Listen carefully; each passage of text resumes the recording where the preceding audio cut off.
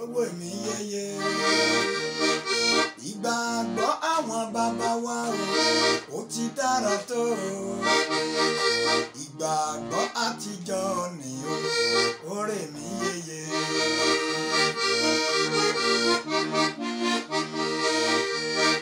Nínú ìgbàgbọ́ àtijọ́ tẹ́ bá fiyèsí, ìfẹ́ ń bẹ, ìṣọ̀kan sì wà. Ìgbàgbọ́ tiwọn ó múni láradá, ó ṣiṣẹ́ ìyanu, àyànfẹ́ gbogbo. Ṣùgbọ́n ẹ kíyèsí ìgbàgbọ́ òde òní, bí eré bí àwàdà ẹ ò rí nǹkan. Ìgbàgbọ́ ń lọ. Ìgbàgbọ́ àwọn bàbá wa ó ti dára tó.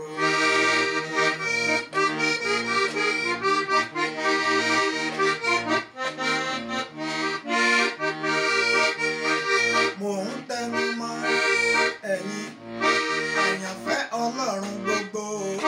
Ìgbàgbọ́ ti tán, ìgbàgbọ́ àtijọ́ tẹ́ bá fiyèsí.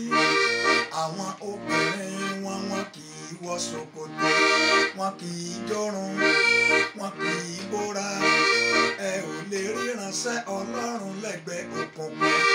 Àwọn ìránṣẹ́ Ọlọ́run gidi nígbà yẹn, wọn kì í parọ́, wọn kì í lu jìbìtì, wọn kì í sáré òkìkí òbí tiwa.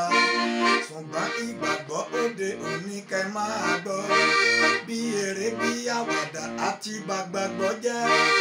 Àsọtẹ́lẹ̀ Jésù Kristi olùgbàlà n ó wá bá ìgbàgbọ́ láyé kẹ́ máa gbọ́, bí eré bí àwàdà ó máa ń ṣẹ. Ìgbàgbọ́ àwọn bàbá wa ó ti dára tó. Ẹ̀yin ọmọ Ọlọ́run, ní ọ̀rọ̀ ní ṣókí, kókó orin mi yìí, ìgbàgbọ́ àtijọ́, ẹ jẹ́ á gbé yẹ̀wò sí ìgbàgbọ́ òde òní. Ìgbàgbọ́ ti tán.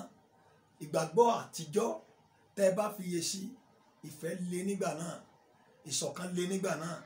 Wọ́n sì gbàgbọ́ pé táwọn bá pe orúkọ Jésù sí, ogun yẹn máa ṣẹ. Ṣùgbọ́n lónìí, ẹ jẹ́ á wo bí Èṣù ṣe ń fìyà jẹ wá, ẹ jẹ́ á wo bí Sátánì ṣe ń fìyà jẹ wá àti ba ìgbàgbọ́ jẹ́. Àwọn onírúurú irinṣẹ́ èṣù bí eré bí àwàdà, èṣù ṣẹ́gun ayé, ó sì rápálá wọ inú ìjọ. Ọ̀pọ̀ ìjọ lónìí ni wọ́n ti ṣubú lulẹ̀, tá a mọ̀ pé a ti ṣubú. Ọ̀pọ̀ ìjọ lónìí ni èṣù ti gorí pẹpẹ, tá ò mọ̀ pé èṣù ló ń darí pẹpẹ.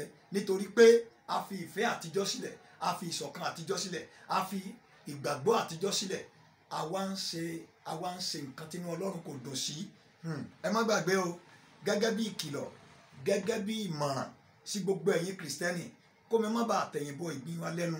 Ẹ já padà sí ìgbàgbọ́ àtijọ́ yẹ tí a rò wípé ọ̀làjú là ń ṣe lónìí, tá a mọ̀ pé ọ̀gẹ̀dẹ̀ ń bàjẹ́. Ẹ̀rí ọ̀gẹ̀dẹ̀ tó ń pọ́n, tá a mọ̀ pé ó ń bàjẹ́ ni. Gbogbo ẹ̀yin ọmọ Ọlọ́run, ẹ jẹ́ á ronú lórí ọ̀rọ̀ yìí, ká padà gẹ́gẹ́ bí ìmọ̀ràn àti gẹ́gẹ́ bí oore ọ̀fẹ́ díẹ̀ tí Ọlọ́run fún mi bí ọmọ yín. Ẹ̀rí mo gbà wá nímọ̀ràn, ẹ̀yin bàbá tó wà lókè, ẹ jẹ́ á kéde ìrere ká sì sọ òtítọ́.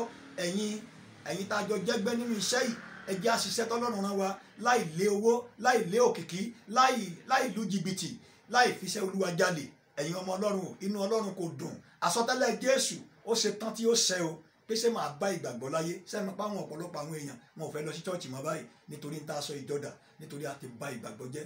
Ẹ̀yin ọmọ Ọlọ́run, ní ṣókí ìmọ̀ràn tí mo mú wáyé, ẹ jẹ́ á gbé yẹ̀wò ká sì ṣiṣẹ́ lé lórí. Mò ń gbàdúrà fún gbogbo ọkàn tí ń gbọ́ mi lọ́wọ́ lórúkọ Jésù, agbára láti rìn lójú ọ̀nà náà ní títọ́, ní pípé, bí Olúwa ti sọ fún Mósè pé, bí Olúwa ti sọ fún Ábúráhámù pé, rìn níwájú mi kí o sì pé. Agbára láti pé níwájú Olúwa, Ọlọ́run yóò gbé wa àlàáfíà fún yín. Orúkọ mi ni Ajínrere Ezekiel Dáríọlá Olúwa, tí gbogbo ènìyàn pè ní Bàbá Alákọ̀ọ́dúnrún. Yóò dára fún yín o. Thank you.